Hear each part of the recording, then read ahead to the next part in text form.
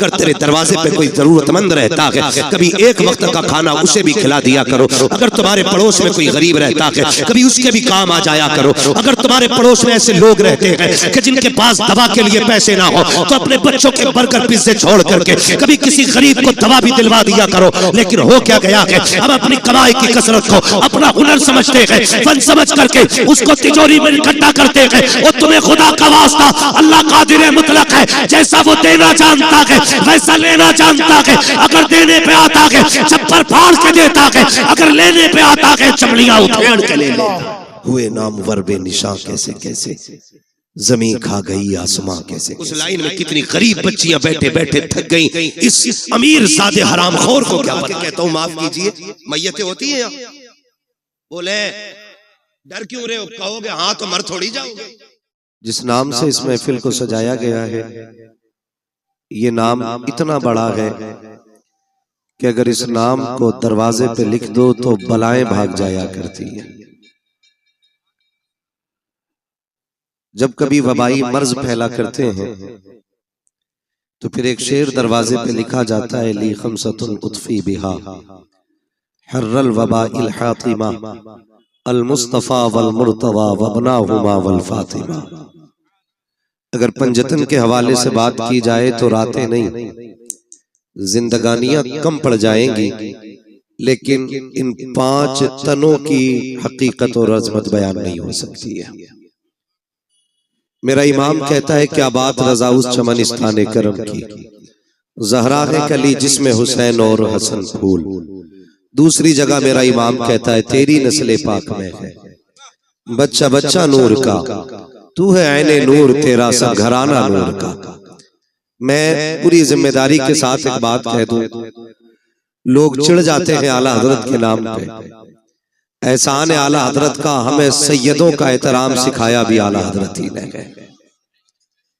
ये अलग बात है कि जब तक रोटियां मैसर नहीं हो रही थी तो लोग आला हजरत करते रहे। जब टुकड़े सीधे हो गए तो कहते हैं आला हजरत की जरूरत नहीं, तो फिर हम ये कहते हैं तेरा खाए तेरे गुलामों से उलझे है मुनकरा जब खाने गुर्राने वाले। तो आला हजरत इमाम इश्क मोहब्बत ने हमें पंजतन का एहतराम सिखाया।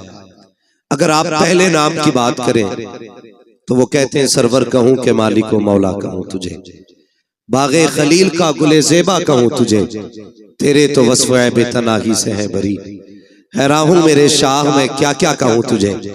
और जब उन्हीं की अजमत अल्लामा हसन रजा बयान करते हैं तो बड़ी बात कह जाते हैं, कहते हैं फकत इतना सबब है इन्हें कादे बज़्म महशर का कि उनकी शान महबूबी दिखाई जाने वाली है। हम तो ये मानते हैं कि कयामत भी उन्हीं के लिए कायम की जाएगी, इसलिए कि जो नहीं मानते थे कयामत में उन्हें दिखाया जाएगा कि रब ने महबूब को कितनी अजमतें अता फरमाई है। इसलिए कयामत सजाई जाएगी ताकि जो मुनकिर है उन्हें आज एहसास हो जाए मुस्तफा की शान क्या है, मानेंगे वहां। फिर मेरा इमाम कहता, आज ले उनकी पना, आज ले उनकी पना, आज मदद मांग उनसे, कल न मानेंगे कयामत में अगर मान गया। मैं समझता हूं यहाँ पे सारे हुजूर के गुलाम बैठे, बुरा ना मानिए, मैं थोड़ा कड़वा हूं मिजाज का, मुझे हजम कर लिया, बर्दाश्त कर लिया। आजाद भाई और इनके कमेटी के लोगों ने, हर किसी को हजम भी नहीं होता, क्योंकि बात जो कड़वी लगती है मैं मुंह पे कह ही देता हूं। यहाँ एक बंदा बता दो जो हुजूर का गुलाम ना हो, सारे हुजूर के गुलाम है ना। बोले अगर बोल सकते तो बोले, ऐसा नहीं कलकत्ता में तो आपको बोलना बिल्कुल नाजायज है। सारे हुजूर के गुलाम है ना, सारे गुलाम है ना, बूढ़े जवान बच्चे सारे गुलाम है ना। तो फिर मैं हाथ जोड़ के कहता हूं, किसी बच्चे को हकीर समझ के धक्का न देना, इसलिए कि बच्चे ने भी उसी नबी का कलमा पढ़ा है जिसका कलमा तूने और मैंने पढ़ा है। मैं नहीं जानता ये बच्चे किस नजरिए से आए और इनके दिल में क्या है, लेकिन एक बात कहूंगा यार, जवानों में मक्कारी हो सकती है, बच्चों में मक्कारी नहीं हुआ करती है। जवानों में दिखावा हो सकता है, बच्चों में दिखावा नहीं हो सकता है। याद रखिएगा, इबादत सिर्फ 5 वक्त नमाज नहीं है, इबादत सिर्फ 30-29 रोजे नहीं है, पूरी पूरी इबादत सिर्फ ज़कात में मुनहसिर नहीं है, पूरी इबादत हज फर्ज में मुनहसिर नहीं है। अगर इन सारी इबादतों को जोड़ा जाए तो सबका वक्त 1.5 महीने में मुकम्मल हो जाएगा। बहुत ज्यादा वक्त लग जाएगा, तो इसके अलावा जोड़ेंगे तो 2 महीने में ये सारी इबादतें मुकम्मल हो जाती हैं अगर वक्त जोड़ा जाए तो। बाकी के बचते हैं 10 महीने, उसमें भी तो कोई इबादत होगी, उसमें भी तो कोई नेकी होगी। तो समझे फर्ज इबादतें 2 महीने में मुकम्मल हो जाती हैं। एक इबादत है जिसे अखलाक कहते हैं, वो जिंदगी के हर लम्हे आपके दामन के साथ जुड़ी रहती है।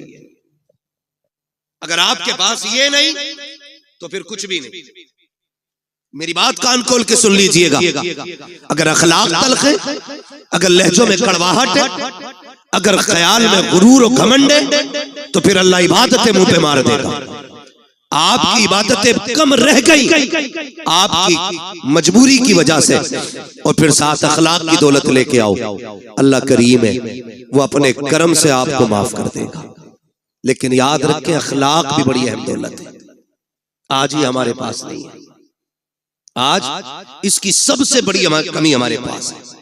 आप देखें तो सही, मैं आऊं, कुर्सी आलीशान ना हो तो मूड खराब हो जाता है, लोग उठ के खड़े ना हो तो ख्याल आता ये उठे क्यों नहीं मेरे लिए, इन्होंने इस्तकबाल क्यों नहीं किया मेरा, इन्होंने हाथ क्यों नहीं चूमे मेरे। फरमाया गया हुजूर की महफिल हो ना तो फिर गद्दी तलाश न कर, जगह जूतियों में मिल जा तो बैठ जा। इसलिए कि इस जमीन पे ताज वाले भी पगड़ियां उतार के आया करते हैं। ये इन महफिलों की अजमतें होती हैं, ये इन महफिलों की बरकतें होती हैं। लेकिन कड़वे इतने कि हम किसी को हजम करने तैयार नहीं, सख्त इतने कि किसी से नर्म लहजे से बात करने के लिए तैयार नहीं। ओ भाई, जिसे कोई मुंह ना लगाया करे उसे तुम मुंह लगा लिया करो। इसलिए फरमाया गया, जो किसी का टूटा दिल जोड़ देगा अल्लाह उसे बेहिसाब जन्नत अता फरमा देगा। यार अच्छों से तो सब बात करते हैं ना, जिनके लहजे खूबसूरत होते हैं उन्हें तो सब सुनना चाहते हैं, जिनकी बातों में मिठास होती है उन्हें तो हर तरह बर्दाश्त किया जाता है। मजा तो तब है ना जब किसी ऐसे से बात की जाए जिससे कोई बात करने तैयार ना हो। और ये अखलाक की दौलत हमें हुजूर की चौखट से मिलती है, हुजूर की चौखट से मिलती है। कि जवान कान खोल के मेरी बात सुने। शायद मैं फ्री में जन्नत ना बांट सकूं, इसलिए कि मुझे पता है जन्नत इतनी सस्ती भी नहीं जितनी समझ रखी है। जन्नत सस्ती होती तो बिलाल कोड़े न खाते, जन्नत सस्ती होती तो करबला में 72 शहीद ना होते, जन्नत सस्ती होती तो हुजूर के चचा कलेजा निकलवाते। जन्नत मुश्किल है, तभी तो इतनी कुर्बानियां दीन के लिए दी गई है। कान खोल के मेरी बात सुन लेना मेरे भाई, बस ये सोच के ना सुनना आज तक मोबाइल में सुना, आज मुंह देख ले बंदा कैसा बोलता है। मैं कुछ भी नहीं, हकीकत ये है कि ये नाज ये अंदाज हमारे नहीं होते, झोली में अगर टुकड़े तुम्हारे नहीं होते, मिलती ना अगर भीख हुजूर आपके दर से, इस शान से मंगतों के गुजारे नहीं होते। सारे हुजूर के दर का सदका है, सारी हुजूर के दर की खैरात है। मैं कहने लगा हूं जरा समझे, आज कोई किसी से 2 मिनट बात करने इसलिए तैयार नहीं कि मुझे टाइम नहीं, मैं बड़ा बिजी बंदा हूं, मजबूरी हो सकती है, बीमार है आप, तकलीफ में, कोई बात नहीं, आप फ्री बैठे, लेकिन आपके पास टाइम नहीं। या ये कहते थे इसे कौन मुंह लगाई, ये तो पगला है, इससे कोई 2 मिनट बात नहीं करता। चल तुझे मदीने लेके चलूं, और मदीना शरीफ वो जमीन है जिसके बारे में मेरा इमाम कहता, हरम की जमीन और कदम रख के चलना। अरे सर का मौका है हो जाने वाले, हाँ संभल कर पांव रखना हाजियो, शहरे मदीना है, कहीं ऐसा ना हो सारा सफर बेकार हो जाए। भाई वो जमीन और अरब की जमीन, ये उलमा जानते हैं, इतनी सख्त गर्मी होती है, अरब के लोग वहां की तपती हुई दोपहरी में दीवारों से चिपक चिपक के चलते हैं ताकि सूरज से जितना बचा जा सके उतना बच जाए। इतनी सख्त गर्मी, आज एसी का दौर है, आज पंखे का दौर है, लेकिन मैं हुजूर के दौर की बात कर रहा हूं, जाहिरी दौर की। मैं उस दौर की बात कर रहा हूं जिस दौर में खड़ा होना तो बड़ी बात है, सूरज के सामने टिकना मुश्किल था। उस दौर में अचानक एक खातून आ गई, हुजूर को इशारा किया, हुजूर सहाबा की मजलिस से उठे और जाके बात करने लग गए। थोड़ी देर नहीं, बहुत देर हो गई। सहाबा कहते हम देखते रहे कब ये जाए, कब ये बात खत्म हो, कब जाए, कब बात खत्म हो। जानते, कहते हुजूर पैर बदले बगैर उससे बात करते रहे थे, पैर बदले बगैर। आज मुझे बताइए किसकी गारंटी है जन्नती की? है कोई जो ये कहते मुझे मौत ईमान पे आएगी? है कोई जो ये कहते कब्र के सवालात से यूं निकल जाऊंगा? किसी के पास गारंटी है कि पुलसराज से यूं उड़ जाएंगे हम? पता है कि मीजान पे अमल रखे जाएंगे तो नेकी भारी होगी कि गुनाह? कुछ नहीं पता ना। तो फिर अकड़ किस बात की है, फिर घमंड किस बात का है? आज अपनों को वक्त देने का टाइम नहीं हमारे पास। 3 मिनट अपनों की बात नहीं सुन सकते।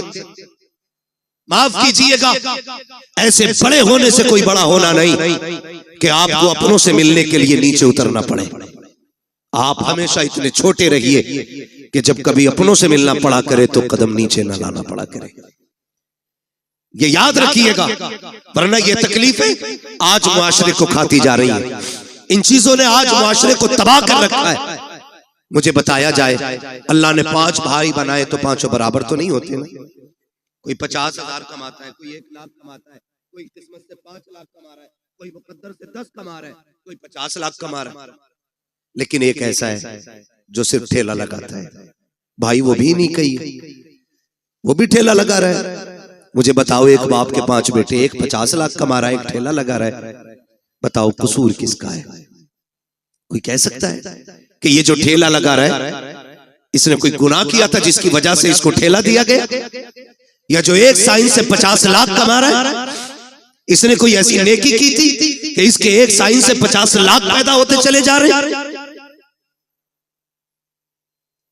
ऐसा तो नहीं होगा ना। जब सारे ही अल्लाह के बंदे हैं तो फिर ये फर्क किस लिए? तो फरमाया गया, याद रखना, खुदा किसी से लेके आजमाता है और खुदा किसी को दे के आजमाता है। किसी से लेके आजमाया जाता है, किसी को बोले, किसी को दे के आजमाया जाता है। तेरी मेरी खुराक कितनी? 1 रोटी, 2 रोटी, 3 रोटी, 5 रोटी, 10, बस। अगर बंदा कमा रहा है 50 रोटियों का तो फिर सोचना तो बनता है ना कि मेरी खुराक तो 10 रोटी थी, अल्लाह ने 50 का पैसा क्यों दिया? अगर ये ख्याल आए फिर मुड़ के रिश्तेदारों को देखो, फिर मुड़ के खानदान को देखो, फिर पड़ोस को देखो, फिर लोगों की जरूरतों को समझो। अगर तेरे दरवाजे पे कोई जरूरतमंद रहता है, कभी एक वक्त का खाना उसे भी खिला दिया करो। अगर तुम्हारे पड़ोस में कोई गरीब रहता है, कभी उसके भी काम आ जाया करो। अगर तुम्हारे पड़ोस में ऐसे लोग रहते हैं कि जिनके पास दवा के लिए पैसे ना हो, तो अपने बच्चों के बर्गर पिज्जे छोड़ करके कभी किसी गरीब को दवा भी दिलवा दिया करो। लेकिन हो क्या गया है, हम अपनी कमाई की कसरत को अपना हुनर समझते हैं, फन समझ करके उसको तिजोरी में इकट्ठा करते हैं। और तुम्हें खुदा का वास्ता, अल्लाह कादिर मुतलक है, जैसा वो देना जानता है वैसा लेना जानता है। अगर देने पे आता है चप्पर फाड़ के देता है, अगर लेने पे आता है चमड़ियां उधेड़ के ले लेता है।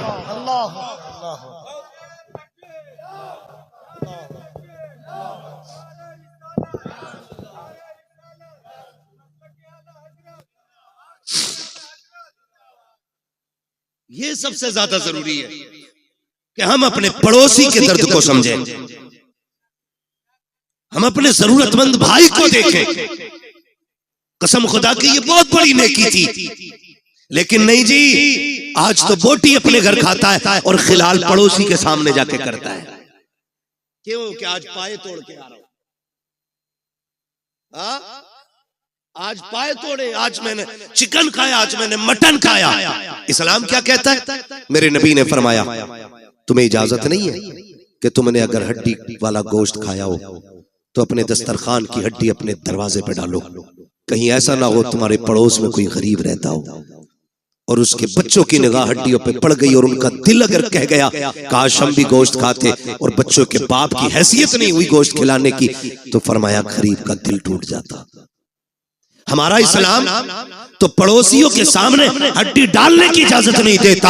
हम तो खिलाल इसलिए करते हैं ताकि मेरे चर्चे होने चाहिए, इसके दस्तरखान का आला खाना होता है, इसके बच्चे अच्छे से अच्छे खाया करते हैं। वो तुम्हें खुदा का वास्ता हुजूर के दिए हुए दीन को समझने की कोशिश करें, पहचाने हमारा तरीका क्या होना चाहिए। आज हालात ये है कि नामवरी के लिए हम करोड़ों रुपए बेटों की शादियों में तो उड़ा दिया करते हैं, लेकिन जरूरतमंद लोग जाकर के हॉस्पिटल में देखो 2-2 रुपए की दवा के लिए तरसते रहते हैं। काश उन्हें वक्त पे पैसा मिल जाता, शायद किसी को हार्ट की गोली मिल जाती, किसी का ब्रेन हेमरेज होने से बच जाता, किसी की किडनी बच जाती, लेकिन करे क्या, हमें सिर्फ अपना नजर आया, इसलिए कौम का बेड़ा गर्क होता जा रहा है। और हमने सारी जन्नत सिर्फ मस्जिदों में जाके ढूंढी है। और तुम्हें खुदा का वास्ता मस्जिदों में भी जाया करो, लेकिन कभी कभी हॉस्पिटल चले जाया करो। हो सकता है तेरे 100 रुपए से किसी गरीब की जान बच जाए। खुदा की कसम, अगर ऐसा हो गया काबे वाला भी राजी हो जाएगा, मदीने वाला भी। नारे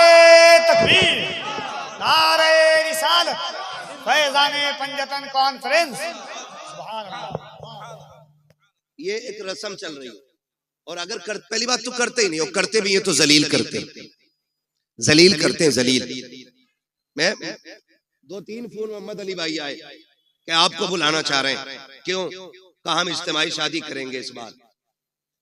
इज्तिमाई शादियां करें, अच्छी बात है, लेकिन कुछ अगले ही दिन ना, जिस दिन इज्तिमाई शादी थी, फोन पे अब तो सारी खबरें चलती, फोटो आ गया अखबार,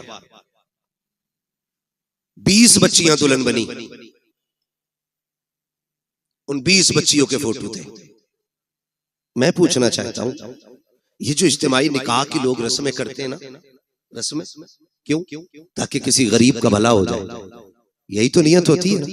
बोले और होनी भी चाहिए, लेकिन आप फोटो देखो ना, कसम खुदा की एक बच्ची का मुंह पर नहीं था उठा। आप हमें बताएं, कभी किसी गरीब को जलील करने से पहले हमें ये ख्याल क्यों नहीं आता कि इसी लाइन में कल मेरी बेटी भी तो हो सकती है। आज जो ये गरीब लड़के दूल्हा बने हैं, इसमें मेरा बेटा भी तो हो सकता है। क्यों नहीं सोचते हम? अल्लाह के लिए बईद नहीं। समझे जरा, सोचे, अल्लाह कादिर मुतलक है। अगर किसी की बात ना गवार गुजर जाए ना, तो जब वो जमीन में घुसेड़ता है ना, तो कोई बचाने वाला नसीब नहीं होता है। हुए नाम वर्बे निशा कैसे कैसे, जमीन खा गई आसमां कैसे कैसे। आज अखलाक नहीं हमारे पास। पहली बात तो मदद करने तैयार नहीं, और करते भी हैं तो जलील करते हैं हम, जलील करते हैं हम। आ रहा है रमजान शरीफ का महीना, बटेंगे इफ्तारियां अमीरों की चौखट पे, लगेगी लाइन गरीबों की गुर्बत का बनेगा तमाशा। बच्चियों को 2-2 घंटे धूप में बैठाया जाएगा, बेवाएं आके सुबह से लाइन में लग जाएंगी। सेठ साहब सहरी खा के जब सोएंगे ना, तो 12 बजे से पहले उठेंगे नहीं वो। उस लाइन में कितनी गरीब बच्चियां बैठे बैठे थक गई, इस अमीर सादे हरामखोर को क्या पता है। मत बांट ऐसी इफ्तारी, नहीं चाहिए तेरे घर का ऐसा राशन जो किसी गरीब की गुर्बत का तमाशा बनाए। बटेंगे कपड़े गरीबों को। कोई कहेगा सेठ साहब की तरफ से इफ्तारी का पैकेज है, कोई कहेगा फला अमीर की तरफ से इफ्तारी का इंतजाम है, कोई कहेगा फला की तरफ से ये सहरी का इंतजाम है। तुझे क्या पता है? तुम जानते हो, हमने देखा है जब किसी गरीब को इफ्तारी का सामान दिया जाता है या सहरी के पैकेज दिए जाते हैं, उन माओं के साथ छोटे बच्चे भी आया करते हैं, उन माओं के साथ नासमझ बच्चे भी आते हैं, लेकिन इतना तो वो भी समझते हैं कि हमें गैरत आ रही है। एक तस्वीर, एक वीडियो देखी, कसम खुदा की पैर के नीचे की जमीन निकल गई। कफील भाई, अल्लाह किसी को इतना अमीर न करे कि जो वो गरीब की गुर्बत का तमाशा बनाए। तो बच्चे भूखे खड़े थे, किसी ने देने के लिए कुछ उनकी तरफ हाथ बढ़ाया, जब बच्चों ने लेने के लिए हाथ आगे किया, एक बच्ची की निगाह कैमरे पे पड़ गई। बहन भाई खड़े थे, जैसी कैमरे को देखा, बहन ने उस तोहफे से हाथ पीछे कर लिए। छोटे छोटे बच्चे थे, मुंह मोड़ के चले गए। मैं सोचने लग गया, या अल्लाह, इन बच्चों को भी गैरत आती है, लेकिन इन बेगैरतों को गैरत क्यों नहीं आई? जब बच्ची के सामने कैमरा कैमरा आया, उसने मुंह फेर लिया और उसने ये सोचा होगा हम फाके तो रह सकते हैं लेकिन इज्जत का सौदा नहीं करेंगे। खुदा के वास्ते किसी की इज्जत को बमाल ना करना, अगर देना है रात के अंधेरे में देना, अल्लाह तेरी कब्र के अंधेरे को उजाले में बदल डाले। अरे बहुत अच्छा मुफ्ती साहब, वाह वाह वाह वाह वाह वाह वाह, नारे तकबीर, नारे रिसालत, फैज़ाने पंजतन कॉन्फ्रेंस। सलामत रहो आप लोग। मैं एक बात कहना चाहता हूं, हम नेकी करते तो तमाशा बनाते। चलो फैज़ाने पंजतन कॉन्फ्रेंस है। इमाम हसन रज़ी अल्लाह ताला अन्हु को जब गुस्ल दिया गया, आपकी जब कमीज उतारी गई तो आपकी कमर पे, पुष्ट पे, ये पीठ पे, मतलब पीठ पे आपकी ना काले निशान, काले धब्बे। लोग बातें करने लग गए, ये तो बड़े शहजादे, ये तो नूर वाले लोग हैं, कमर पे काले धब्बे क्यों? जब ये बातें हुई ना तो आपके गुलाम थे, कहने लगे वादा किया था आका ने कि किसी से बताना मत, लेकिन आज इज्जत की बात आ गई तो बोलना पड़ रहा है। कहा तुम बताओ। कहा इल्जाम न देना, गलत न सोचना, ये कोई ऐब के धब्बे नहीं, ये वो धब्बे जब सारी दुनिया सो जाती थी तो इमाम हसन नाज की बोरी कमर पे रख के यतीमों के दरवाजे पे पहुंचाने के लिए जाया करते थे। और आपके विसाल के बाद ये राज खुला कि 100 बेवाओं का चूल्हा इमाम हसन के दरवाजे से चला करता था। 100 यतीमों का चूल्हा इमाम हसन की चौखट से चलता था। एक दिन ना आपके शहजादे ने कहा अब्बा ये बोरी मैं पहुंचा दूं। फरमाने लगे ना बेटे, ये किसी का राज है, राज रहने दे। उन्होंने अपने बच्चों से भी राज नहीं खोले।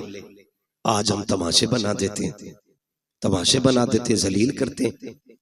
पैगंबर का अखलाक देखे, हुजूर के इस अखलाक ने पूरी दुनिया में इनकलाब पैदा किया। आज भी कसम खा के कहता हूं, मैं खुल के कहता हूं, हमारी नमाजें देख के कोई मुसलमान नहीं होगा, हमारे हज देख के मुसलमान नहीं होंगे लोग, हमारी ज़कात देख के मुसलमान नहीं होंगे। अगर अखलाक हुजूर वाले हो जाएं तो आज भी लोग कलमा पढ़ना शुरू कर देंगे। आज भी अखलाक की जरूरत है, अच्छे अखलाक की, जो हमारे बीच नहीं है। ये मत समझना मैं नमाज को हल्का कर रहा हूं, मैं नमाज ये कहना चाह रहा हूं नमाज पढ़ो ना पढ़ो, नहीं, नमाज दीन का सतून है, ये कर्ज है, ये तो पढ़नी है, ये तो हर हाल में अदा करनी है, ये तो पढ़ के ही मरना है, मगर साथ जो करना है ना वो ये भी रखना है। अखलाक बड़ी चीज है।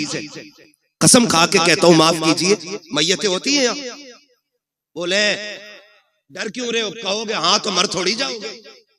लोग मरते हैं कि नहीं? देखे जनाजे, आपने देखा होगा जब बंदा मर जाता है घर के आगे कुर्सियां पड़ती, बीच में कुर्सी यतीमों के चचा की होती है। चचा होता है तो ताऊ की होती है, बीच में कुर्सी डाल के बैठता है। लोग आते ताजियत के लिए, माफ कीजिएगा बहुत कड़वा बोल रहा हूं, शायद आपके मिजाज के मुताबिक ना बोल रहा हूं, लेकिन मेरा उसूल है, मैं आईना हूं, दिखाऊंगा दाग चेहरे के, जिसे खराब लगे सामने से हट जाए, मसला ही कोई नहीं। आज हमारी कंडीशन ये है, जब कोई यतीम हो जाता है तो सगा चचा यतीमों का कुर्सी डाल के बैठता है। इधर यतीम बेटी बैठी होती है, इधर यतीम बेटा बैठा होता है, और यूं गले में हाथ डाल के आज बैठा है, तसल्ली दे रहा है उसको, तसल्ली दे रहा है। लोग आके कहते हैं, लोग कहते हैं ये बच्चे मरने वाले थे, तो बच्चे आने वालों का मुंह देखते हैं, फिर रोने लग जाते हैं। फिर चचा हाथ रख के कहता ना बाप चला गया है, चचा मौजूद है। बहुत अच्छे लगे ये वादे, बहुत अच्छे थे ये लहजे।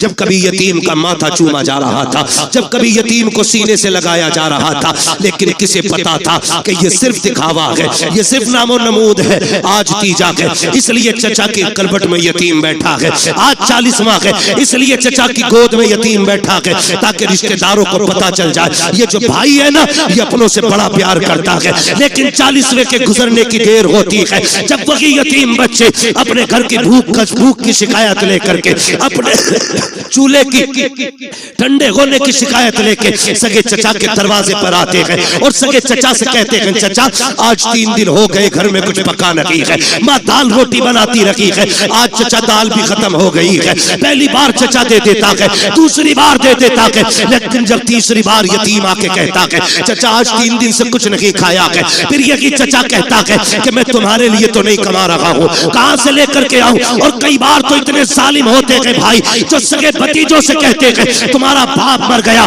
तुम्हें हमारे ऊपर छोड़ के चला गया है, खुदा के वास्ते कभी यतीमों को ताने न देना, अगर देने को तो कभी गले से ना लगाना, इसलिए कि हम जानते हैं यतीम गैरत वाले होते हैं। ये जो तुम्हारे दरवाजे पे आते हैं इसलिए नहीं आए कि इन्हें बेगैरती लेकर के आई है, ये तो इसलिए चले आए तूने उस दिन सर पे हाथ रख के कहा था भतीजे कभी जरूरत पड़ जाए तो दरवाजे पे आना, कभी कमी महसूस हो बाप की तो मुझे आवाज दे लेना। आज धक्के ना दे, या तो कल सीने से ना लगाता, या आज धक्के ना दे। तुझे क्या पता यतीमी का दर्द क्या होता है, तू क्या जाने बाप की जुदाई का दाग क्या होता है। उनसे पूछो जिन्होंने बाप को कब्रिस्तान पहुंचा दिया है। खुदा की कसम जब ईद आती है जमाना हंसता है, यतीम रोया करते हैं। जब बकरीद आती है जमाना मुस्कुराता है, यतीम रोया करते हैं। खुदा की कसम सेहरा बंधना बड़ी बात है, अगर बाप ना हो जमाना मुस्कुराता है, यतीम रोया करते हैं। तुम्हें क्या पता यतीमी दाग क्या है, यतीमी कहते किसे है। आ तुझे कहानी बताऊं, मुस्तफा जाने रहमत का दौर है, ऐलान नबूवत का इब्तदाई हिस्सा है। आक़ा करीम ने ऐलान नबूवत किया है, अल्लाहु अकबर, इस्लाम हक़ानियत की बुनियाद पर फैल रहा है। उसी दौर में मक्के की धरती पर हाल ये था कि जहां जमीन भी पत्थर की थी, लोगों के दिल भी पत्थर के थे, कोई किसी के दर्द को समझने तैयार ना था, हालात बड़े नागुफ्ता भी ही थे। उसी दौर के अंदर एक बच्चा खुदा की कसम अपनी माँ के पास जाके कहता है, अम्मी अब मैं समझदार हो गया हूँ, तू बेवा है मैं यतीम हूँ, देख तेरे बदन पे जो लिबास है ना ये इतना फट गया है अम्मी कि मुझे देखते हुए हया आती है, इस पे पैबंद लगा ले। माँ ने कहा था बेटे जब से तेरा बाप गया है मुश्किल से खाना मिलता है, दोपहर खा लिया तो शाम नहीं, शाम खा लिया तो दोपहर नहीं, बेटे पैबंद का कपड़ा कहाँ से लाऊं। जब बच्चे ने इतना सुना कहता अम्मी इजाजत दे तो मैं चचा के दरवाजे पर न चला जाऊं। उसने कहा बेटे ये मक्का है, यहाँ किसी को किसी के दर्द से मतलब नहीं है, ना जा, वहां से रोने के सिवा कुछ नहीं मिलेगा, दर्द मिलेगा और कुछ नहीं मिलेगा।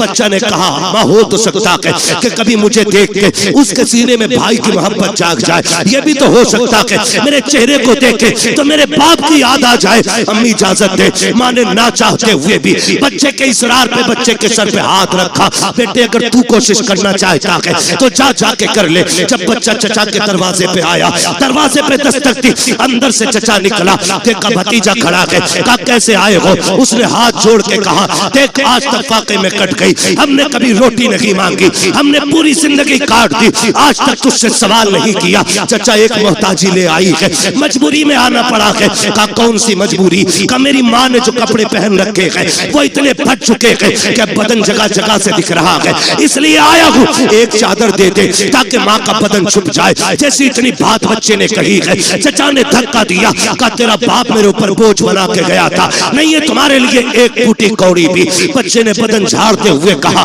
सच कहा था मेरी माँ ने, यहाँ कोई किसी का दर्द सुनने वाला नहीं है। जब बच्चा रोता हुआ चला, रास्ते में हुजूर के सहाबी से मुलाकात हो गई, हाथ पकड़ा, कहने लगे बच्चे बात क्या है। उसने कहा मैं दर्द का मारा हूँ, मेरा दर्द मेरे सीने में रहने दे। कहा नहीं बता तो सही, शायद मैं तेरे काम आ सकूं। जब बच्चे ने इतनी बात सुनी है, कहता क्या करोगे, लोग रो के सुनते हैं, हंस के उड़ा देते हैं। उसने कहा बता तो सही बात क्या है, रोया क्यों है, हो सकता है तेरे मर्ज का इलाज मेरे पास हो। बच्चे ने सारी बात बताई। कहा माँ के बदन के कपड़े फट गए, सगे चचा से चादर लेने गया था, उसने धक्का दे के भगा दिया। जब इतना सहाबी रसूल ने सुना के मुस्कुराने लग जाते हैं। उसने कहा यार मैंने पहले कहा था, लोग दुख सुन के हंसा करते हैं, वाकई तूने वैसा किया है। सहाबी ने कहा था नादान मैं तेरे दुख सुन के नहीं मुस्कुरा रहा हूँ। कहा फिर, कहा मुझे तेरे दुखों का इलाज मिल गया है इसलिए मुस्कुरा रहा हूँ। कहा कहना क्या चाहते हो। कहा तुझे जो चाहिए, एक चौखट ऐसी है जहाँ से कभी किसी को खाली नहीं लौटाया जाता है, अगर जाना है उस चौखट पे चला जा। बच्चे ने कहा चौखट किसकी है। कहा उसे मोहम्मद रसूलुल्लाह कहा जाता है। कहा किस महल में रहता है। कहा महल तो नहीं, चला जा खुदा के हरम में बैठा होगा, जाके उससे मांग लेना। बच्चा माँ का फरमाबरदार था, उसने कहा ऐसे नहीं जाऊंगा, पहले माँ से इजाजत लूंगा। अब बच्चा घर आया है, कभी रो रहा है कभी मुस्कुरा रहा है। माँ ने हाथ पकड़ के कहा था, ओ बेटे बात क्या है, चादर नहीं लाया और रो क्यों रहा है, हंस क्यों रहा है? बच्चे ने कहा था, माँ जब चचा का सितम देखता हो तो रोना आता है, लेकिन एक सखी की खबर सुनता हो तो मुस्कुराना आ जाता है। कहा बेटे कहना क्या चाहते हो? कहा एक सखी का पता मिला है, सुना के वहां से कोई खाली नहीं जाता है, अगर माँ इजाजत दे तो उससे चादर मांग लाऊं। माँ ने कहा बेटे क्या नाम है उसका? कहा उसे मोहम्मद इब्ने अब्दुल्ला कहा जाता है। माँ ने कहा ना बेटे उसकी चौखट पे न जाना, सुना के जो उससे बात कर लेता है उसी का हो जाता है, सुना के जो उसे देख लेता है उसी के गीत गाने शुरू कर देता है, और सुना ये भी है कि जो उसके पास जाता है वो उसे कलमा पढ़ा के छोड़ता है। जब बच्चे ने इतना सुना कहा था अम्मी तेरे सर की कसम खा के कहता हूँ इजाजत दे, मैं तेरा लाल हूँ, मैं कलमा नहीं पढ़ूंगा, अगर चादर ऐसे ही देंगे तो ले आऊंगा, लेकिन चादर के बदले में कलमा नहीं पढ़ूंगा। माँ ने कहा ठीक है फिर चला जा, लेकिन कलमा नहीं पढ़ना है। बच्चा आया दौड़ करके, मुस्तफा हरम में बैठे हैं, उसने आके कहा था या मोहम्मद इब्ने अब्दुल्ला। जैसी बच्चे ने इतनी आवाज दी है, नबी के तेवर नहीं बदले हैं, नबी के चेहरे पे शिकन नहीं आई थी, ये नहीं सोचा था इस बच्चे ने नाम कैसे लिया। नबुव्वत वाली आंखें फिरी, मुस्कुरा के बच्चे को देखा।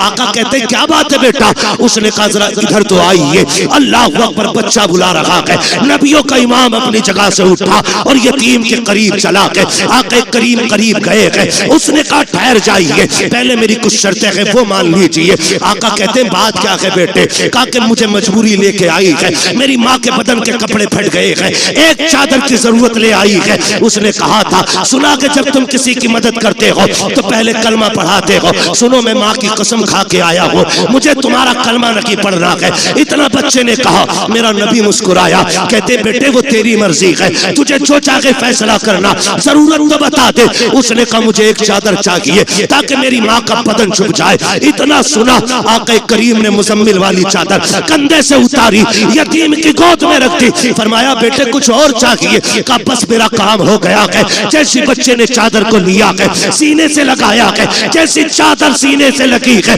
इश्क मुस्तफा का सीने में उतरना शुरू हो जाता है। अब बच्चा कभी घर को सोचता है, कभी उनके चेहरे को देखता है, कभी घर की तरफ सोचता है, कभी चेहरे को सोचता है। अल्लाह अकबर, बच्चे ने चेहरा फेंका, फेरा घर की तरफ दौड़ लगा दी। जैसी दरवाजे पे गया, माँ इंतजार में खड़ी थी। उसने कहा बेटे ले आया चादर? कहा हाँ। कहा बेटे पहले बता तूने कलमा तो नहीं पढ़ा उनका? बच्चा कहता है माँ तेरे सर की कसम, कौन कहता है कि वो जबरदस्ती कलमा पढ़ाते हैं? मैंने जाके उनसे ये कहा था मुझे तुम्हारा कलमा नहीं पढ़ना है, उन्होंने कहा वो तेरी मर्जी है, जरूरत बता। तो अगर मैंने चादर का नाम लिया, उन्होंने अपने कंधे की उतार के दे दी। जब इतना सुना के माँ चादर को पकड़ के रोकने लग गई। उसने कहा पगले सिर्फ चादर लेके आया है, उस नबी का दीन क्यों नहीं लेके आया? वाह वाह वाह वाह।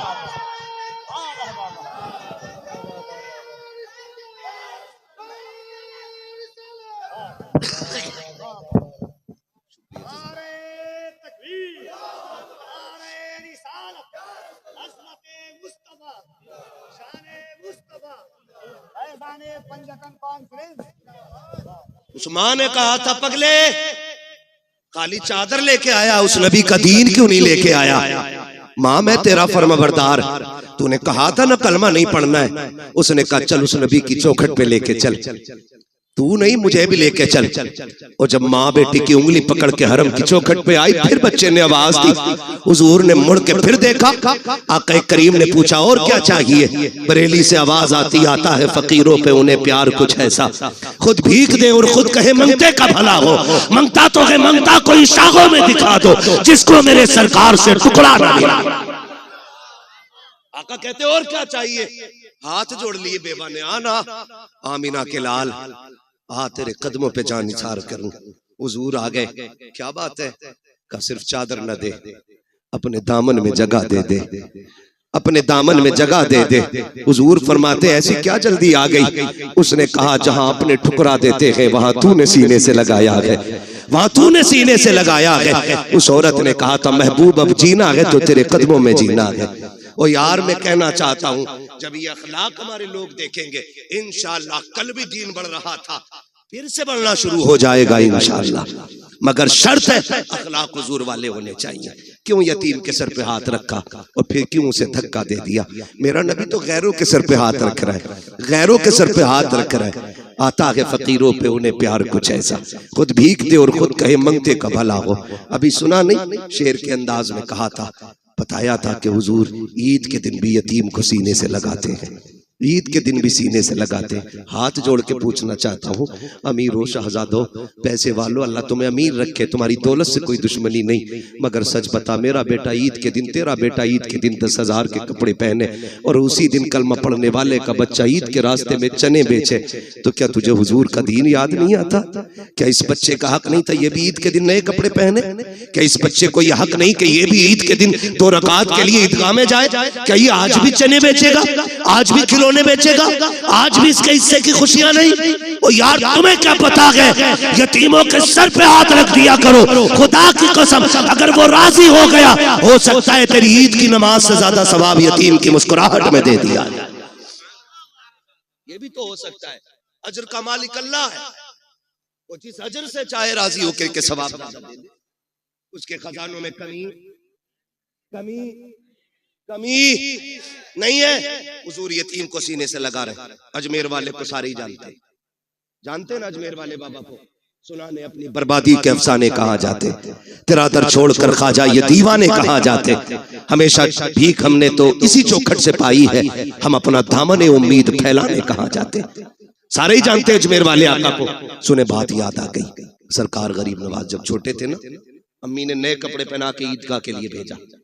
जब निकले ना ईद की नमाज पढ़ने आए तो नए कपड़े थे, रास्ते में यतीम बच्चा खड़ा था, उसके कपड़े फटे पुराने थे, कंधे पे हाथ रखा, क्यों ना रखता, करीम इब्ने करीम है, सखी इब्ने सखी, ये नस्ल करीमों की लजपाल घराना है ना। कंधे पे हाथ रखा, यार तूने क्या उलिया बना रखा है, तूने ही नए कपड़े नहीं पहने? बच्चा रो के कहता मेरा कोई भी नहीं है, मेरा कोई भी नहीं है। कौन नए कपड़े पहना था? न माँ है न बाप है, मैं लावारिस हूँ। कंधे पे हाथ रखा का फरमाने लगे हम हैं ना, फिर लावारिस कैसा है? कहा आप ईद पढ़ने जा रहे हैं, इतनी जल्दी क्या करेंगे? फरमाने लगे ठीक है, एक काम कर, 2 तेरे कपड़े पुराने हैं, 2 मेरे कपड़े नए हैं, ऐसा कर अपनी कमीज मुझे दे दे, मेरी कमीज तू ले ले, एक तेरा नया हो जाएगा, एक मेरा नया हो जाएगा, एक तेरा पुराना हो जाएगा, एक बोल सकते, एक तेरा पुराना हो जाएगा, एक मेरा पुराना हो जाएगा। कपड़े बदल लिए, घर आए, माँ ने बेटे का हाल देखा, मोइन जी अम्मी का 2 नए पहन के गया था, एक पुराना किधर से पहन के आया? अम्मी एक गरीब खड़ा था, उस पे कपड़े नहीं थे, उसकी कमीज मैंने ले ली और अपनी कमीज उसे दे दी थी। तब माँ ने कहा था मेरे लाल तू बड़ा गरीब नवाज है। आज तक दुनिया गरीब नवाज कह रही है, आज तक दुनिया गरीब नवाज कह रही है। हाथ जोड़ के कहना चाहता हूँ खुदारा अपनों के दर्द बांटो। आज दर्द बिखरे पड़े हैं, जलसों की कमी नहीं है, महफिलों की कमी नहीं है, खतीबों की शोरा की कमी नहीं है, मेरे जैसे कितने निकम्मे फिर रहे हैं। आज कमी है तो अहले दिल की कमी है, आज कमी है तो दर्द समझने वालों की कमी है। हाँ अगर किसी का दर्द देख के तेरी आंख में आंसू ना आए तो फिर जाके रात को लेट के सोच लुक़्मे हराम के है, ये तरबियत अच्छी नहीं हुई है। खुदारा रवैये अच्छे करें, हम तो अपनों के ना हो सके, गैरों से क्या उम्मीद, गैरों को क्या उम्मीद हमसे होगी? दर्द बांटने के आदी बने, एक दूसरे को प्यार बांटे, एक दूसरे को मोहब्बतें बांटे। आप देखें तो सही, आप जिंदगी के हालात देखें और बख्शिश देखें, नवाजिशें देखें, आप कैसे कैसे नवाजा जाता है। बात बढ़ जाएगी क्योंकि अभी एक मुकम्मल शायर को सुनना है हमें और आपको, ठीक है ना। बात 3 बजने को आ गए हैं, ठीक है, किसी को कहीं जाना है, किसी को कहीं जाना है, लेकिन जाने से पहले एक दुआ के उजाले अपनी यादों के हमारे साथ रहने दो, न जाने किस गली में जिंदगी की शाम हो जाए।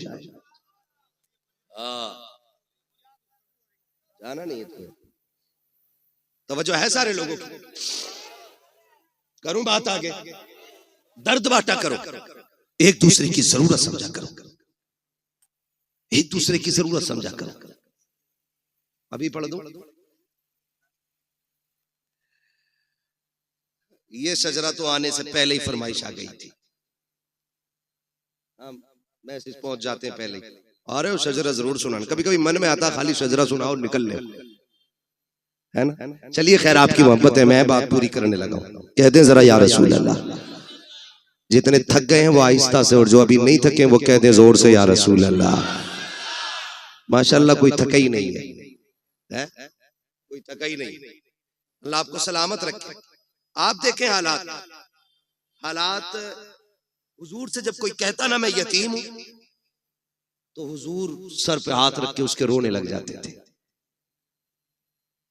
साहबा ने पूछा हुजूर यतीम के साथ आप ये प्यार करते हैं और रोने लग जाते हैं? फरमाते हैं जब किसी यतीम को देखता हूं ना मुझे अपना दौर याद आ जाता है। इसलिए आपसे मेरी गुजारिश है, अल्लाह तौफीक दे, अपने रिस्क में यतीमों का हिस्सा रखिएगा, अपने हिस्से में, अपने रिस्क में बेवाओं का हिस्सा रखिए, और अल्लाह के नाम पे तिजारत कीजिए। कसम खा के कहता हूं, कलकत्ता के समंदर की मछली भी आपको उतना नफा नहीं देगी जितना रब के नाम पे की गई गरीब से तिजारत आपको नफा दे जाएगी। ये याद रखिएगा। लोग समझ नहीं पाते इन पे इतने पैसे क्यों आ रहे हैं, इन पे इतने क्यों आ रहे हैं। ये तो देखिए लगा किधर रहा है। कोई तो अमल होगा ना, पूछ कभी तन्हाई में आकर के क्या करते हो जी, तो कोई ना कोई ऐसा अमल इन लोगों का जरूर मिलेगा जो पता चलेगा कि वो अल्लाह से तिजारत करके बैठे हैं। खुदा आपको सलामत रखे। ये नस्ल करीमों की लजपाल घराना है। हुजूर ने सबसे प्यार किया। सहाबा फरमाते औरत आ गई, सारे लोग उसको पागल कहते थे। बहुत देर तक हुजूर से बात करती रही। जब वो चली गई तो सहाबा ने कहा हुजूर आपका वक्त बड़ा कीमती है और आप एक पागल औरत से इतनी देर तक बात करते रहे। मेरे नबी ने मुस्कुरा के कहा दुनिया उसे पागल समझ कर ठुकराती है, क्या मैं भी उसे मुंह न लगाऊं? आका फरमाते हैं जिसे कोई सीने नहीं लगाता उसे आमिना का लाल सीने से लगाने के लिए आया है। ये अखलाक पैदा करे, ये दिलों में गुंजाइश पैदा करे, अपनों के लिए जगह बनाए। और खैर रह गई हुजूर की बात, हमसे उनकी बराबरी तो नहीं हो सकती। उनकी नकल करने की कोशिश करें। अगर नकल भी मकबूल हो गई तो इंशाअल्लाह बख्शिश की जमानत हो जाएगी, बख्शिश की जमानत हो जाएगी। ये कोशिश कीजिएगा, वरना उनकी सखावत हातिम ताई का पोता, इमाम हसन से मुलाकात हो गई। हातिम ताई के पोते चेहरा देख के कहने लगा, पहली मुलाकात थी, उसने पूछा यार ये किसी बादशाह का बेटा है क्या? कहा क्यों? कहा चेहरा बता रहा है जैसे महलों में पला है। किसी ने कहा नहीं ये बादशाह का नहीं, नबी की बेटी खातून जन्नत फातिमा जहरा का बेटा है। उसने जब इतना सुना कि हुजूर का नवासा है, वो आया करीब और कंधे पे आके हाथ रखा, कहने लगा मुझे पहचाना? अब ये कितने बेनियाज लोग हैं। कहने लगे तुझे पहचानने से मतलब भी क्या, हम क्यों पहचाने? उसने कहा मैं हातिम ताई का पोता। तो आपने फरमाया होगा। कहने लगे आप अपना तारुफ कराएं। फरमाने लगे हमें तारुफ की जरूरत नहीं, हमें कायनात का जर्रा जर्रा जानता है। वो और चिढ़ गया। उसने कहा अच्छा ये बताओ तुम्हारे दादा बड़े थे कि मेरे दादा बड़े थे?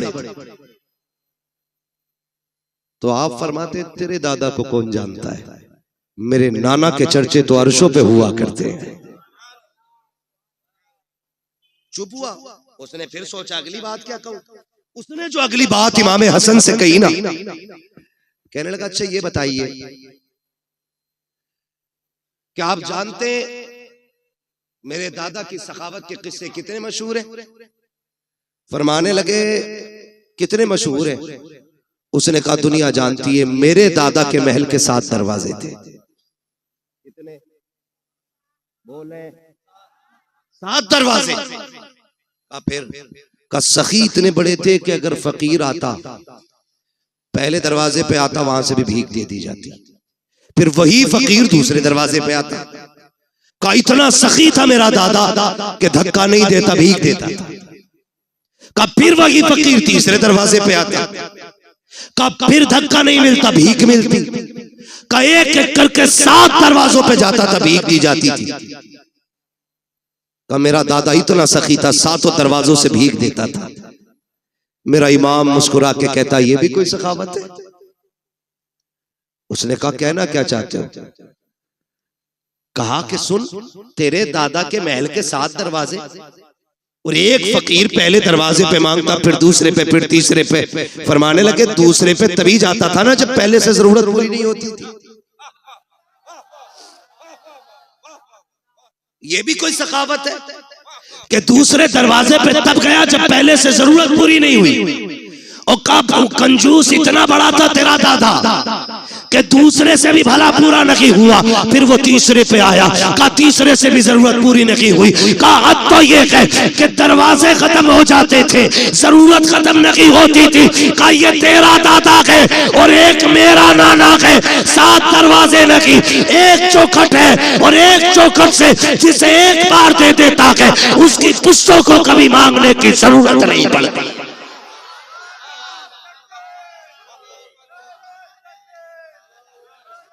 नारे तकबीर, नारे रिसालत, फैज़ाने पंजतन कॉन्फ्रेंस। सुभान अल्लाह। कौन देता है देने को मुंह चाहिए, देने वाला है सच्चा, देने वाला है सच्चा हमारा नबी। आखिरी बात अर्ज कर दो, तवज्जो है। अल्लाह से हुजूर का सदका मांगे। फक्र, फाका, भूख, तंगदस्ती कभी आ जाए तो हराम की तरफ हाथ नहीं बढ़ाएंगे इंशाअल्लाह।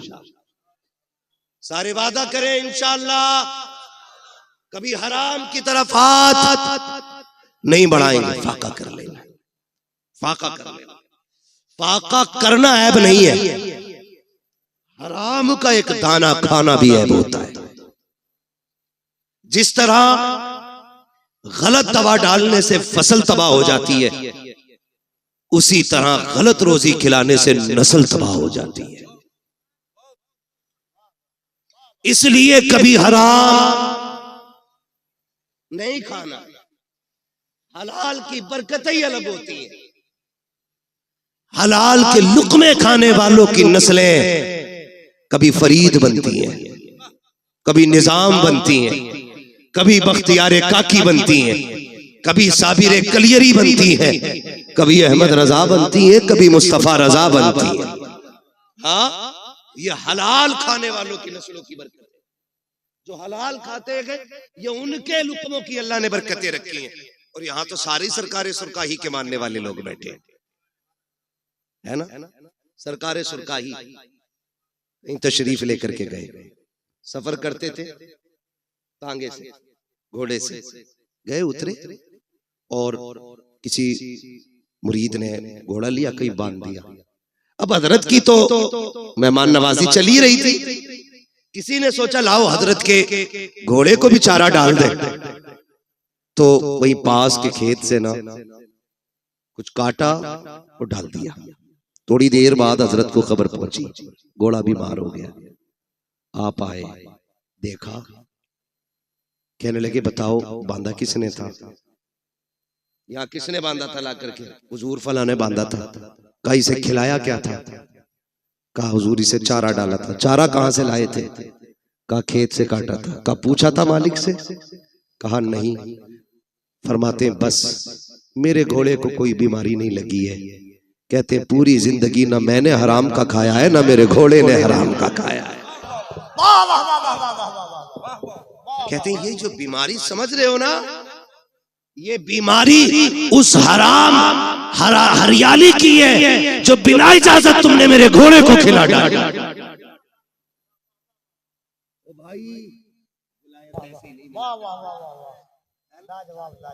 विलायत ऐसे ही नहीं मिला करती है, लुक्मे हलाल के होते हैं तब अल्लाह का कुर्ब नसीब हुआ करता है। करेंगे इंशाअल्लाह कोशिश, है ना? करेंगे इंशाअल्लाह। हलाल खाएंगे, हलाल कमाएंगे। रज़ाक कौन है? सारे बोलो कौन? रोजी कौन देता है? अल्लाह जिसे ना मिलती है हुजूर का वसीला दे के मांगे, इतनी मिलेगी कि नस्लों का गुजारा हो जाएगा। हाँ, आला हजरत ने सिखाया वही रब है जिसने तुझको हमतन करम बनाया, हमें भीख मांगने को तेरा आस्था बताया।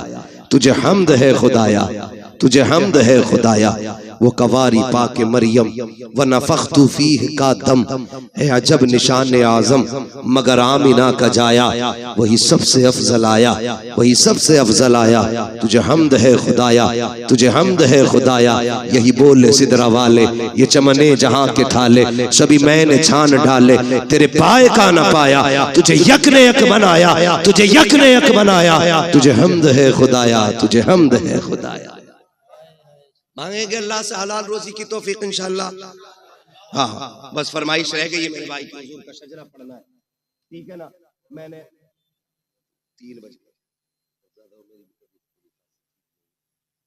1 घंटा मैंने जो फर्ज है ना खतीब का वो मैंने अदा कर दिया, ठीक है। उसके बाद ऊपर को तो फिर उसकी तरफ से इनाम होता है, 15 बोल दे 20 मिनट एक्स्ट्रा बोल दे, ठीक है ना। खुदा आपको सलामत रखे। ये हमारे बड़े जिम्मेदार लोग हैं, ये वो लोग हैं कि जो बिना किसी लालच में हुजूर की महफिल में आए बैठे हैं, और इन्हीं के साथ साथ आप भी वो लोग हैं जो सिर्फ इसलिए आए बैठे हैं।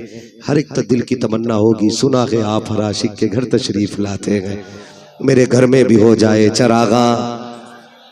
हाँ, आपने पंजतन के नाम से महफिल सजाई है, इस मोहब्बत का तज़किरा मैं क्या करूं, बस इतना समझे। मेरे हुजूर ने फरमाया था लोगों अली से प्यार करना, मेरे अली की आल से प्यार करना। हुजूर क्यों फरमाया मेरे अली की मोहब्बत तुम्हें कब्र में भी काम आएगी, हश्र में भी काम आएगी, फुलसिरात में भी काम आएगी और मीज़ान में भी काम आएगी। ये मेरे हुजूर ने खुद फरमाया। तो ये पंजतन मैंने नाम लिए, और ये कितना बड़ा नाम है, जिस नाम को लो तो सिर्फ सर नहीं दिल भी झुक जाया करते हैं। सैयदा तय्यबा ताहिरा आबिदा जाहिदा नकिया तकिया राकिया साजिदा जाहिदा सैयदा खातून जन्नत सैयदा फातिमा ज़हरा रज़ी अल्लाह ताला अन्हा। ये भी एक बहुत बड़ा नाम इस पंजतन में शामिल है। अलग अलग अगर बात करूं तो अब फिर 1 घंटा और चाहिए। अभी मैंने सिर्फ हुजूर पे बात की है, और हुजूर के भी करम पे बात नहीं की है, सिर्फ हुजूर की अखलाक की एक झलक की मैंने आपके सामने बात की है। हाँ, मेरा महबूब सर से लेके पैर तक अखलाक का मरकज बन के आया है, मरकज बन के आया है। एक एक बात पे महीने नहीं सालों गुजर जाएंगे, आखिर में यही कहना पड़ेगा जिंदगी खत्म हुई और कलम सूख गए, तेरे औसाफ का एक बाप भी पूरा ना हुआ। हाँ, मेरे जैसे 1400 साल से कितने आए और आकर के चले गए और आके जाते रहेंगे, लेकिन हुजूर के जिक्र का हक कमा हक हुआ अदा नहीं हो सकता है। मेरी पूरी तकरीर ये थी कि हमें हुजूर के अखलाक का एक पल ये लेना है कि हमें इंशाअल्लाह गरीब यतीमों की दिखावे के लिए नहीं, रब की रजा के लिए मदद करेंगे इंशाअल्लाह। हाँ, वरना बड़े बेगैरत होते, एक खजूर 3 लोग, एक केला 5 लोग। फोटो मैंने देखा बरेली शरीफ में, खानकाह के अंदर का मसला था, सुभानी मियां क्या बैठे हुए थे, मुझे बात याद आ गई। कोई बात की तो अखबार वाले आए हुए थे, जैसे ही फोटो खींचने की बारी आई ना तो लोगों ने ये नहीं देखा कि सज्जादा नशीन बैठे हुए, फोटो के चक्कर में उनके ऊपर चढ़ गए। उन्होंने गुस्से में कहा सालिमो इतना लालच फोटो खिंचवाने का है।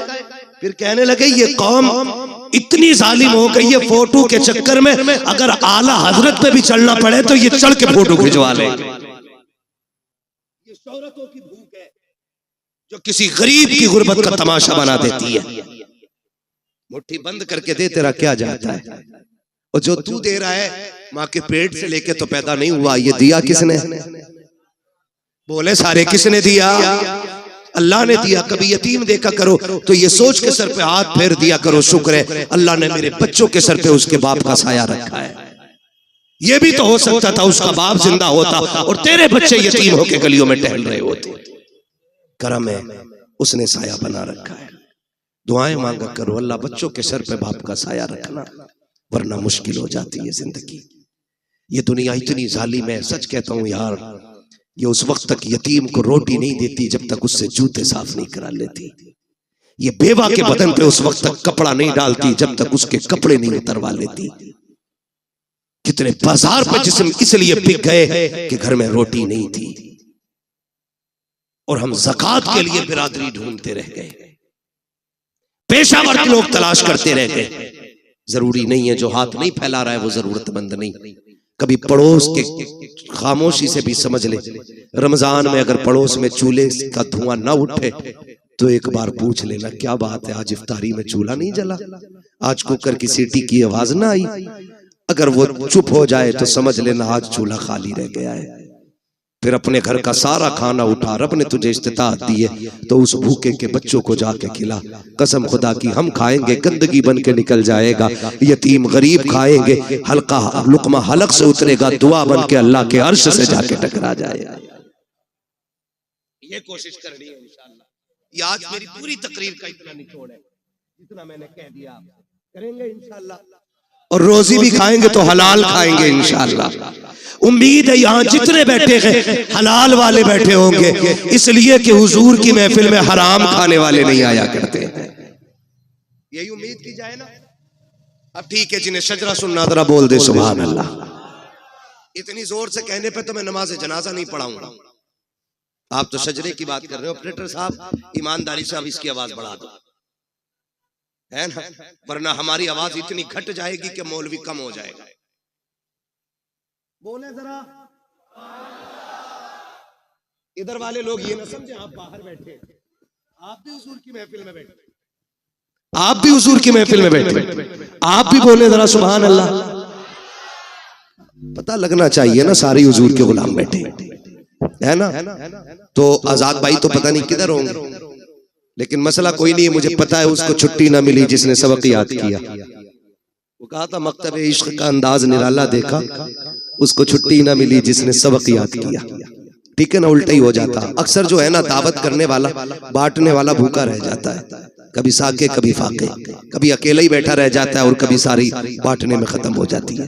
तो जिम्मेदारी बड़ी चीज होती है, बड़ी चीज होती है। अल्लाह इन्हें सलामत रखे। इस जलसे की उम्र कोई इशा से लेके फजर तक नहीं है, जब से तारीख मुकर्रर होती है तभी से जलसे का आगाज हो जाया करता है। दुआ करें अल्लाह इन लोगों को सलामत रखे। इन्हीं लोगों के जरिए मुझे आप तक ये बात कहने का मौका मिल गया है, वरना न बुलाया होता ना मुझे आपसे ये बात करने का मौका मिलता। ये भी तो हो सकता है इस महफिल में कोई इतना अच्छा बैठा हो जिस पर नजर पड़ जाए तो अल्लाह मुझे बख्श दे। क्या पता कौन इस बड़ी महफिल में एक जन्नती बैठा हो। कोई तो आया होगा ना, जहां 40 होते वहां एक वली होता है, तो यहाँ तो 40 नहीं कई 40 बैठे। अगर मैं कहूं कई 40 में बैठे तब भी कोई गलत नहीं है, क्योंकि हम तो सुन्नी लोग हैं। हमारा उम्र 40वां है तो फिर महफिल में 40वां क्यों नहीं होगा, है ना। नहीं मत बुलाओ बेचारों को, काम में लगा रहने दो, बस मुझे शजरा पढ़ना। अब जरा बोल दे सुभान अल्लाह। भाई मोहम्मद अली फैजी साहब पढ़ेंगे, ये याद रखिएगा। तो इतनी भी बचा के न रखो कि सारी फैजी साहब को आवाज दे दो, कुछ हमारे कहने पे भी निकाल लो। जरा आप बोल दे सुभान अल्लाह। अच्छा ये चालाकी तो नहीं है कि पिंडाल से अलग बैठो कोई सुभान अल्लाह ना कहना पड़ जाए। इन्हें कैमरे को देख के ऐसी फीलिंग आ रही है जैसे कि हम किसी कॉन्फ्रेंस में आए हैं और देश के मुद्दे पे अहम बात करनी है। मैंने पहले ही कहा था इन्हें साइड में रखा करो, कसम से ये इतनी बड़ी दीवार बन जाती है कि महफिल की सारी रौनक ही खत्म हो जाती है। ये साइड में रहनी चाहिए, आइंदा कभी सामने ना होना, वरना फिर बीच में उठवाया जाएगा तो फिर अच्छे नहीं लगोगे। उनकी तरह तुम्हें भी बोरिया लेके टहलना पड़े, ठीक है ना। बोल सकते तो बोले सुभान अल्लाह और जोर से। बहुत कंजूस कलकत्ता के लोग, आप तो ये कह रहे बहुत अच्छा सुनते हैं, इसीलिए नहीं बोल रहे। बोले जरा सुभान अल्लाह। अच्छा सुनने का मतलब ये कि सुने पे अमल किया जाए। मैं बोलने कह रहा हूं तो ये चुप रह रहे हैं, इसका मतलब सुन ही नहीं रहे। दिल से सुन रहे, कानों से सुनिए। बोले जरा सुभान अल्लाह। आदम के बेटे शीश, मेरा हाथ का इशारा हो तो समझ जाना मौलवी सांस लेना चाह रहा है। उस सांस के चक्कर में तुम्हें सुभान अल्लाह की सीधी बात है जी। तुम सुभान अल्लाह कहोगे मुझे सांस लेने का मौका मिल जाएगा, उसी की आड़ में हम सांस ले लेंगे, अल्लाह राजी होगा, आपको नेकी मिलेंगी, और जब आपको मिलेंगी वो इतना करीम है फिर अपना भी नाम काम हो ही जाएगा। साथ ना छोड़िए, मैं नमाज जनाजा नहीं पढ़ा रहा हूँ कि तकबीर पूरी करके रुकूंगा। मैं शजरा पढ़ रहा हूँ, जहां आप छोड़ देंगे वहां से मैं छोड़ दूंगा। ये बिल्ले वाले बता रहे हैं कि शायद यही कमेटी वाले बैठे है ना। आज पंजतन महफिल वाले लोग हैं, इंशाअल्लाह क़यामत में पंजतन से प्यार करने वाले कह के उठाए जाएंगे, है ना। बोले जरा सुभान अल्लाह। आदम के बेटे शीश, वाह वाह वाह। पीछे वालों घर से खा के भी आए हो या खाली लंगर के सहारे आए हो? भूख लग रही है तो मशवरा मानना, घर से खा के भी आया करो ताकि सुभान अल्लाह कहने की ताकत बनी रहा करे, है ना। अब जो खा के आए सिर्फ वही बोले सुभान अल्लाह। आदम के बेटे शीश के बेटे यानस के बेटे कैनान के बेटे मेलाइल के बेटे ब्यारत के बेटे इदरीस के बेटे मुतवशिक के बेटे लबकनेक नाम के बेटे नू के बेटे साम के बेटे जुलात के बेटे शालिक के बेटे आबिर के बेटे दाता के बेटे रावा के बेटे सारू के बेटे नाखुर के बेटे तारिक के बेटे इब्राहिम खलीलुल्लाह के बेटे इस्माइल ज़बीहुल्लाह के बेटे केदार के बेटे अवाम के बेटे हमल के बेटे साबित के बेटे सलमान के बेटे रईसा के बेटे इलियासा के बेटे औद के बेटे हव्वा के बेटे अदनान के बेटे मोहित के बेटे नदार के बेटे मुदिर के बेटे इलियास के बेटे मुदरिका के बेटे खदीमा के बेटे किनाना के बेटे नदर के बेटे मालिक के बेटे फार के बेटे गालिब के बेटे लुई के बेटे काब के बेटे मुर्रा के बेटे किलाब के बेटे कुसई के बेटे अब्दे मनाफ के बेटे हाशिम के बेटे अब्दुल मुत्तलिब के बेटे अब्दुल्लाह के बेटे मोहम्मद रसूलुल्लाह। सुभान नारे तकबीर, नारे रिसालत, अज़मते मुस्तफा, खानदाने मुस्तफा, नस्ले मुस्तफा, नारे हैदरी, फैज़ाने पंजतन कॉन्फ्रेंस। बस जो हुए गलत उनको माफ फरमाए रब्बे कायनात। जिंदगी ने दिया साथ, फिर होगी मुलाकात, चमन रहा फूल खिलेंगे, जिंदगी रही फिर मिलेंगे। मुसाफिर हैं हम भी, मुसाफिर हो तुम भी, किसी मोड़ पर फिर मुलाकात होगी। फकीरान आए सदा कर चले, सदा खुश रहो ये दुआ कर चले।